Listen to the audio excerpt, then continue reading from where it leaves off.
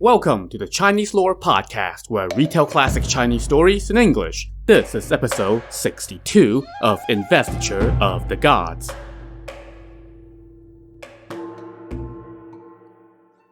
Last time, the Zhou's eastern expedition ran into a roadblock at Golden Rooster Peak and suffered their biggest personnel loss to date when Huang Tianhua was killed. Huang Tianhua's father, Flying Tiger, then went to recruit the Grand Duke of the North, Black Tiger, to come help him avenge his son's death. Black Tiger promptly went out and started trading blows against Gao Jineng, the Shang general who had killed Huang Tianhua. After just a few exchanges, 3 other warriors from the Zhou side joined the fray. These were the heroes of Flying Phoenix Mountain, whom Flying Tiger had also recruited: Wen Pin, Cui Ying, and Jia Xiong. They and Black Tiger now surrounded Gao Jineng and engaged in a fierce fight as both armies cheered them on with thunderous roars of battle. Hearing the commotion from the command tent, Jiang Ziya told Flying Tiger, "General, Black Tiger came for your sake. You should go help him." "You're right," Flying Tiger exclaimed. "I have been so muddle-headed thinking about my son that I nearly forgot." So he mounted his magic cow and charged out, shouting, "Lord Black Tiger, I'm coming for the man who killed my son." And now, 5 warriors were surrounding Gao Jineng, and he could not hold his ground anymore. He panicked and found an opening that allowed him to disengage and flee. His 5 foes were hot on his tail. As they drew near, Gao Jineng pulled out his special weapon, the bag of killer bees that he carried with him. He shook the bag, and a swarm of bees flew out, so numerous that they seemed to block out the sun. Seeing this onslaught of killer bees, Black Tiger told his companions, "Don't panic, I've got this." As he spoke, he opened a gourd on his back, and black smoke came streaming out. Within this smoke emerged 1,000 steel-beaked eagles, and they dove into the oncoming swarm and quickly gobbled up all the bees. Gao Jineng was irate at this turn of events, and he now resumed the fight against the 5 warriors who once again surrounded him.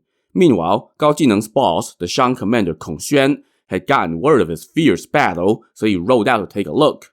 He saw that Gao Jineng was faltering, but before Kong Xuan could come to his aid, Flying Tiger stabbed Gao Jineng in the side, sending him off his horse. Flying Tiger then cut off Gao Jineng's head to avenge his son. But just as Flying Tiger and company were about to head back to camp to celebrate, they heard Kong Xuan cursing from behind. "Don't you scoundrels go anywhere, here I come!" "Kong Xuan, you are ignorant of heaven's will. You are the real scoundrel," Flying Tiger cursed back. Kong Xuan scoffed, "Enough with that pointless prattle, let's go."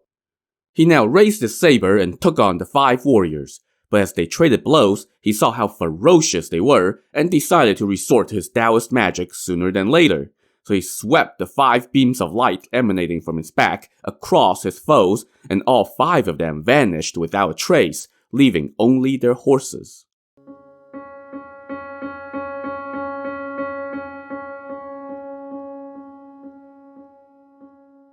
Jiang Ziya was waiting in his tent when scouts rushed back and said, "The 5 generals were all swept away by Kong Xuan's light beams."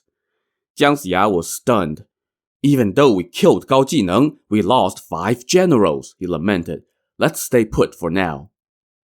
Meanwhile, Kong Xuan returned to his camp, shook the light beams on his back, and the 5 unconscious Zhou generals came tumbling out. Kong Xuan had them locked up. But despite this victory, he found himself commanding the army all alone, as all his generals had been slain. So he decided against seeking battle. Instead, he just kept blocking his enemy's path forward. While the main Zhou army was stuck in place, the first of its provisions convoys arrived. The provisions officer, Yang Jian, was shocked to see the main army had not advanced farther. So he went to see Jiang Ziya and asked what's up. Jiang Ziya brought him up to speed on their setbacks, including the death of Huang Tianhua. Yang Jian then said, "Tomorrow, please lead the army out yourself, and I will go see what kind of creature this Kong Xuan is, so we can figure out how to defeat him." After he left the command tent, Yang Jian ran to the officers Nan Gongkuo and Wu Ji, and they told him, "Kong Xuan has captured a bunch of our officers, and we don't know what happened to them." "I haven't returned the demon-revealing mirror to Master of the Clouds yet," Yang Jian said. "I'll get to the bottom of it tomorrow." The next day, Jiang Ziya led his army out to face Kong Xuan, who promptly came out and told Jiang Ziya, You all rebelled without cause and have spread lies to induce the nobles of the land to rise up and converge at Mengjin to wage an insurrection. I'm not going to bother fighting you. I'll just keep blocking your path and see what you can do about it. Once your provisions run out, then I'll take my time capturing you. While he was talking trash, Yang Jian was hiding under the command flag, secretly pointing the demon-revealing mirror at Kong Xuan. He saw the reflection of a piece of multicolored agate rolling around. What kind of creature is he? Yang Jian thought to himself. Just then, Kong Xuan noticed Yang Jian and laughed. Yang Jian, you're standing too far away to get a good look with that mirror. A real man is always above board. Don't be sneaking around. Point that mirror at me all you want. Having been called out, Yang Jian decided to accept Kong Xuan's offer, so he rode out to the front and pointed the mirror at his foe again, and again he saw the same thing as before. Now, while Yang Jian kept shining the mirror at him, Kong Xuan started to get a little annoyed, so he charged. Yang Jian quickly raised the saber to counter. They fought for 30 bouts without a winner. Yang Jian was getting agitated, so he summoned his sky-barking hound. But as the hound darted toward Kong Xuan, it was swept up by one of Kong Xuan's light beams and vanished. Yang Jian's fellow Taoist Wei Hu now tried to help by sending his demon-taming club into the air, but Kong Xuan swept it away with another of his light beams. Yang Jian saw how formidable his opponent's magic was, so he quickly fled on a beam of golden light. Yang Jian, I know you have some skills and are adept at shape-shifting, Kong Xuan shouted. Why are you running away? Do you dare to come back and face me again? He then turned toward Jiang Ziya and shouted, I'm going to settle this with you today. As Kong Xuan galloped toward Jiang Ziya, Li Jing, Ne Zha's father, cursed, Who do you think you are? How dare you act up here? So Li Jing charged out with his halberd and took on Kong Xuan. They engaged in a fierce back and forth. After a while, Li Jing unleashed his magic pagoda, but Kong Xuan, once again, swept it up with a beam of light. Before Li Jing could react, Kong Xuan swept him up as well. Two of Li Jing's sons, Jin Zha and Mu Zha, raised their swords and rushed out to try to save their father. After 3 exchanges, Jin Zha unleashed his dragon-binding stake while Mu Zha let fly his magic sword. But Kong Xuan just yawned as his light beams swept up both the weapons and his opponents. Seeing so many of his warriors get captured, Jiang Ziya became enraged and said, I met countless Taoist masters on Kunlun Mountain. How can I be afraid of a scoundrel like you? As he spoke, he charged out to fight Kong Xuan. After just a few bouts, Kong Xuan directed the blue beam of light toward Jiang Ziya. Jiang Ziya hurriedly unfurled his magic yellow pendant, which let loose 1,000 golden lotus flowers and protected him from the beam. Seeing his transporter beam malfunction for the first time, Kong Xuan was furious and galloped toward Jiang Ziya. But from the Zhou lines, the female general Deng Chanyu let loose one of her patented flying pebbles and it dinged Kong Xuan squarely in his face. Dazed, Kong Xuan turned and rode back toward his own lines, but, unbeknownst to him, Princess Longji sent her flying swords at him and they cut him on his left arm. Kong Xuan screamed in pain and almost fell out of his saddle, but he managed to stay on his horse and fled back into camp. Once back in his tent, he applied some magic ointment to his wound and it healed instantly. He then had his prisoners from the day's battle locked up and stashed all the magical items that he had sharked from them. But those victories could not lessen his seething anger over his injury. On the other side, Jiang Ziya returned to camp and saw Yang Jian waiting for him. Jiang Ziya said, A bunch of our comrades were captured. How did you manage to escape? I saw how powerful Kong Xuan's magic was, so I fled on a beam of golden light, Yang Jian said. Seeing so many of his men captured and one of his top warriors defeated, Jiang Ziya was restless. Just then, the martial king Jifa sent a messenger to invite Jiang Ziya to his tent for a word. When Jiang Ziya showed up, Jifa said, I heard that you have not been able to achieve victory for days and that you have lost many officers. The commander is the leader of all the officers, and you hold 600,000 lives in the palm of your hand. Yet, we have listened to the other nobles' reckless calls for insurrection. It's going to throw the land into chaos and plunge the people into hardship. And now, we have run into stiff resistance. Our officers are endangered, and our troops are troubled. Our 600,000 soldiers left their families behind for this campaign, and now they are all worried. It has also made me leave my mother behind, preventing me from fulfilling my filial duties. I've also discarded my late father's advice. Commander, listen to me. Why don't we retreat and just defend our own territory and bide our time? That seems to be the best option. What do you think? Jiang Ziya thought to himself, despite what His Highness thinks, how can I dare to disobey the will of heaven? Seeming to pick up on his thoughts, Jifa then added, with heaven's will, what will be, so why force things? That spiel made Jiang Ziya uncertain about how to proceed as he started to entertain second thoughts about the campaign. When he returned to the command tent, he sent out word for his troops to prepare to retreat, and so everyone snapped to and started to pack up. Around 9 p.m. that night, word came from the guards that the Taoist Lu Ya was outside requesting an audience. So you might not remember, but Lu Ya was a powerful Taoist who lent Jiang Ziya a hand about 20 episodes back. He was basically invincible, but then he just said, okay, gotta go, see ya, and left the narrative for a while, lest his omnipotence made things too easy for Jiang Ziya. Jiang Ziya now hurried outside to welcome Lu Ya and found him huffing and puffing. Once they sat down in the tent, Jiang Ziya asked Lu Ya why he was so worked up. I heard you were retreating, so I rushed here, Lu Ya said. You must not retreat. If you do, then all the Chan sect followers will die horrible deaths. This is preordained, and there can be no doubt. Well, that just threw Jiang Ziya into further indecision. He now sent out word to tell the troops to just stay put where they were. By now, Jifa had heard that Lu Ya was visiting, so he also came by for a word. Lu Ya told him, Your Highness do not understand the will of heaven. You may be facing a formidable foe, but a formidable ally will tame him. If you retreat, then you will be captured and killed for sure. That stern warning silenced Jifa, and he did not dare to talk of retreat anymore. The next day, Kong Xuan again came to challenge for battle. Lu Ya said, Let me go meet him and see how it goes. So he went out and said to Kong Xuan, Sir, you are a top commander, so how can you be ignorant of the ways of heaven and the world? King Zhou is unjust, and the realm is fractured and ready to attack the tyrant. How can you single-handedly fend off the will of heaven? What if you run into a powerful adversary? Then it would be too late for regrets.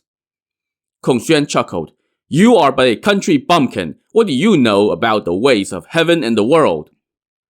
And so he raised his saber and made straight for Lu Ya. Lu Ya pulled out his sword, and they traded blows for 5 or 6 bouts. Lu Ya then unleashed his magic gourd, but Kong Xuan unleashed his light beams. Lu Ya knew to be on guard against that, so he turned into a rainbow and retreated from the field. Upon returning to camp, Lu Ya told Jiang Ziya, Kong Xuan really is quite formidable. Without knowing what kind of creature he is, I can't defeat him, so I turned into a rainbow and ran away to fight another day. This only added to Jiang Ziya's concerns. Meanwhile, Kong Xuan refused to return to camp and instead was still outside shouting, Tell Jiang Ziya to come fight it out with me so that our armies don't have to keep suffering here. Zhou soldiers reported this to Jiang Ziya, and while he was pondering how to respond, Kong Xuan shouted, Jiang Ziya, you are a commander in name only, but not in deeds. You are cowering from battle. That is not the action of a real man. And so it went, as Kong Xuan hurled every insult in the book. While he was cursing up a storm, the second Zhou provisions convoy arrived. This one was led by the earth-traveling extraordinaire Tu Xingsun. He saw Kong Xuan parading outside his camp and thought to himself, How dare that scoundrel mock our commander like this? So Tu Xingsun cursed aloud, Who are you, scum? How dare you act so rudely? Kong Xuan took a look and saw this dwarf carrying a steel staff, and he scoffed, What the hell are you that you dare to address me? Tu Xingsun didn't even bother answering and just darted to right in front of Kong Xuan's horse and attacked. Kong Xuan raised his saber to fight back, but Tu Xingsun was too nimble for him as Kong Xuan came up empty on one swing after another. After a few exchanges, Tu Xingsun leaped back and said, Kong Xuan, it must be tough for you to fight me while seated on your horse. Come on down from there so we can be on equal footing. I'll capture you for sure to show you my skills. Kong Xuan thought to himself, this scoundrel is looking to die. I can split him in two with one kick, much less my blade. Fine, I'll dismount and fight you on foot and see what you can do, he replied. So Kong Xuan dismounted, pulled out his sword, and attacked. Tu Xingsun answered with his staff, and they engaged in a dogged fight. By now, Jiang Xia had gotten word of this face-off, so he rushed out with Tu Xingsun's wife, Deng Chanyu, to have a look. Meanwhile, Kong Xuan was having a tough go of it. He was used to fighting on horseback, so he was a step slow on his feet and took a few blows from Tu Xingsun. Realizing that he had put himself at a disadvantage, he now turned to his light beams. But as soon as Tu Xingsun saw the light beams, he ducked into the ground and vanished. Kong Xuan looked down at the ground to try to figure out what happened. But just then, he heard someone shout, "Scoundrel, take this!" He looked up just in time to take a pebble to the face from Deng Chanyu again. He cried out in pain, covered his face with his hands, and turned to flee. As he turned, though, he took another pebble, this time in the back of his neck. While Kong Xuan limped back to camp with big bruises, Tu Xingsun and Deng Chanyu went to report to Jiang Xia and told him about their victory. Jiang Xia was delighted and celebrated their success. Meanwhile, Kong Xuan was furious that he had again fallen victim to Deng Chanyu's pebbles. After healing himself with his magic ointment, he came back the next day and demanded to fight the woman who had wounded him 3 times. When this was reported to Jiang Xia, Deng Chanyu wanted to go out and answer the challenge and make it a 4th time. But Jiang Xia said, "You can't go. You have dinged him 3 times. He's not going to let that go. It won't bode well if you go out to fight him today." So instead, Jiang Xia just had his men hang up a sign announcing that they were not going to answer any challenges. Seeing this, Kong Xuan returned to camp in a huff.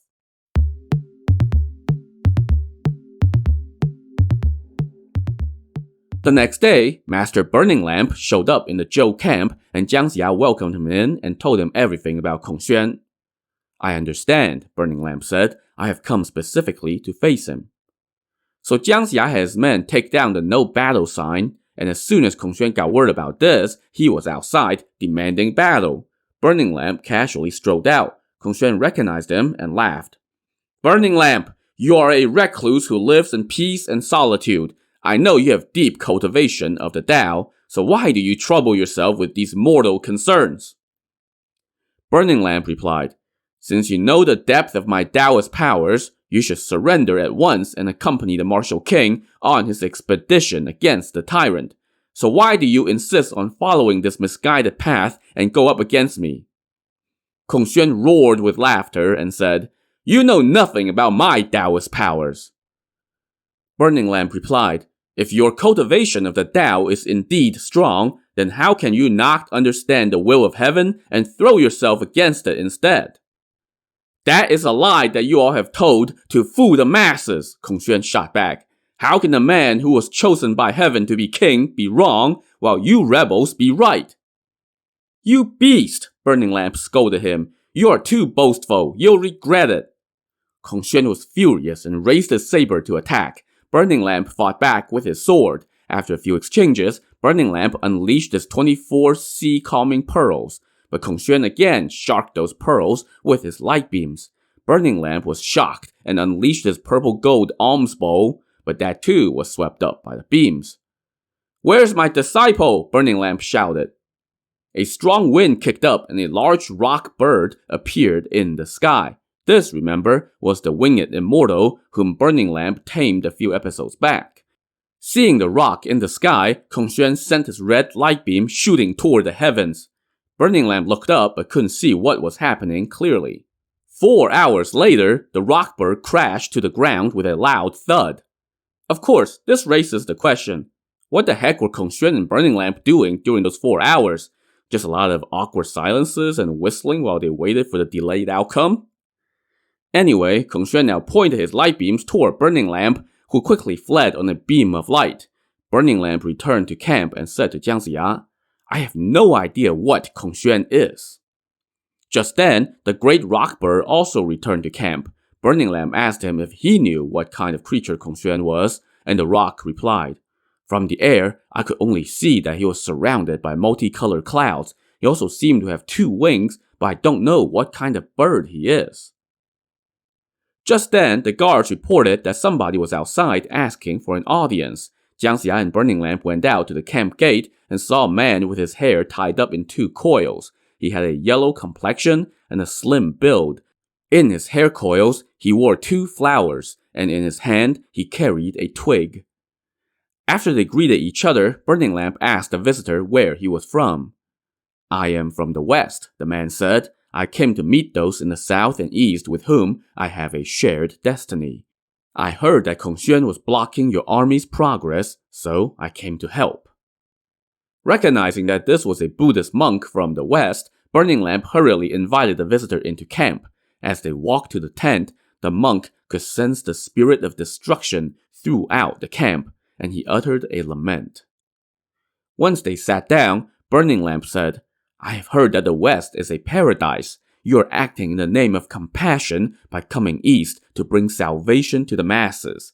What is your honorable name?" The visitor replied, "My name is Jandy, a disciple of Buddhism. Previously, I met Master Grand Completion when he came to borrow our sacred flag, and now this Kong Xuan has a shared destiny with Buddhism, so I have come to invite him to join me in our paradise." Burning Lamp was delighted. "My friend, since you have come to tame Kong Xuan, this must be the day that the Martial King's Eastern Expedition resumes." "It's not just about the Eastern Expedition," Jandy said. "Kong Xuan has attained the Tao, and his cultivation is deep. He is destined to join us in the West." And so, Jandy went up the mountainside and shouted, "Please ask Kong Xuan to come have a word." Momentarily, Kong Xuan came out and asked for his name. Jandy replied, "You and I share a destiny, so I have come to ask you to come enjoy the Western paradise with me, listen to our teachings, leave behind all conflicts, and attain enlightenment so that you may complete your pursuit of immortality. Won't that be grand? There is no need to build a life based on killing."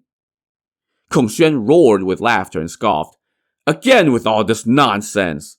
He then raised the saber and hacked at Jandy, but Jandy simply waved the sacred twig that he was carrying, and the saber fell by the wayside. Kong Xuan then pulled out his golden staff and attacked again, and Jandy again set it aside with a mere wave of his twig.